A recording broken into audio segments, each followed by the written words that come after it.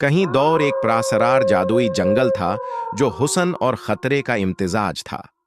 वहां हर शय जादू से भरी हुई थी, मगर इस जंगल में कोई भी जाने की जरात नहीं करता था। इस जंगल के दरमियान एक खौफनाक जादूगर भनूरा का किला था, जो अपनी ताकत के लिए मासूम लोगों को कैद करता था। ये कहानी है सन 1188 की। दुनिया के किनारे पर एक जादुई जंगल था, जो न सिर्फ खूबसूरत था बल्कि खतरनाक भी। यहाँ हर दरख्तों और झीलों में जादू छिपा हुआ था। लोग इस जंगल के करीब जाने से डरते थे, क्योंकि ये जंगल प्रासरार मखलूकात और ताकतवर जादूगरों का मस्कन था। एक दिन एक बहादुर लड़की आयशा, जो दुनिया के राज तलाश करने की शौकीन थी, इस जंगल में दाखिल हो गई। आयशा का दिल बेखौफ और इरादे मजबूत थे। जंगल में घूमते हुए वो एक अजीब मखलूक से मिली। ये एक इंसान नमा शेर था, जिसका नाम रुकान था। रुकान की कहानी दिल को छू लेने वाली थी।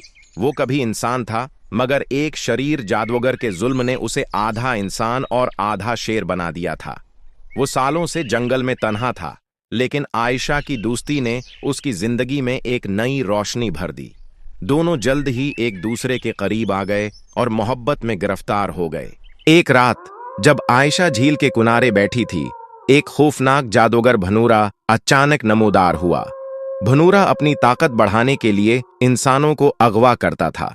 उसने जादू का मंत्र आयशा पर फूंका और उसे अपने घोड़े पर बैठाकर अंधेरे में गायब हो गया और अपने किले में ले गया, जो जंगल के सबसे खतरनाक हिस्से में वाक़ था। कसम खाता हूँ आयशा, मैं तुम्हें आजाद कराऊंगा और भवरा को मारकर उसको उसके अंजाम तक पहुंचाऊंगा।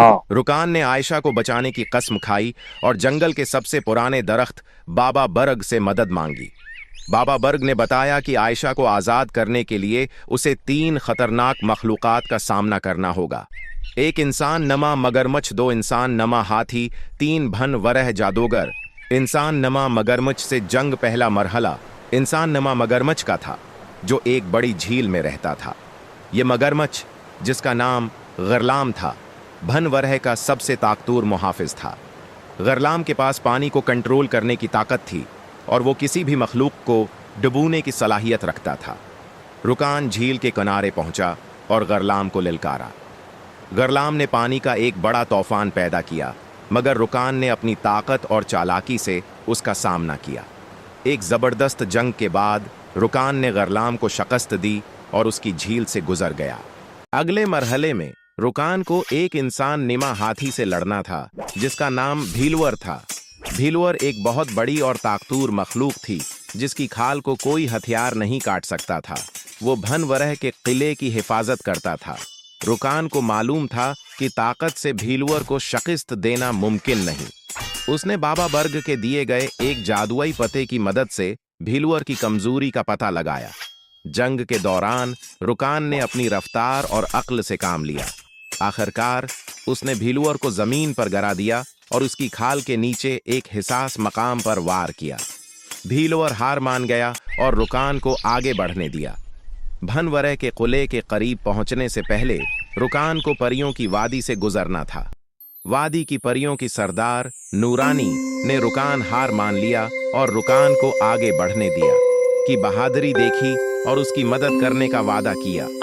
नूरानी ने उसे एक जादुई तलवार दी, जो किसी भी जादू को खत्म कर सकती थी, और एक तलस्मी नक्शा दिया जो किले के रास्तों को जाहिर करता था। एक खौफनाक जगह थी, जहां हर तरफ जादुई सानिप और दीवनिमा चमगादड़ मौजूद थे।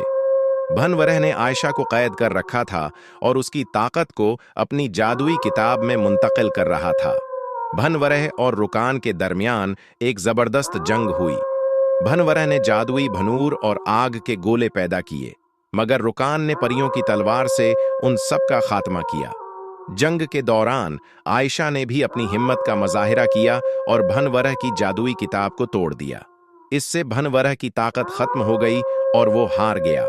खुशियों का उख्तिताम भनवरह के खात्मे के बाद जंगल पर से उसका जादू खत्म हो गया।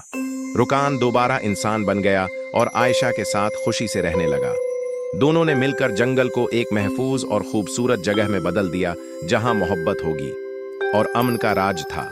इख्तिताम ये कहानी मोहब्बत, बहादुरी और अज़्म की एक यादगार दास्तान है, जो हमें सिखाती है कि अगर दिल में सच्चाई और इरादे मजबूत हों तो कोई भी मुश्किल शिकस्त नहीं दे सकती।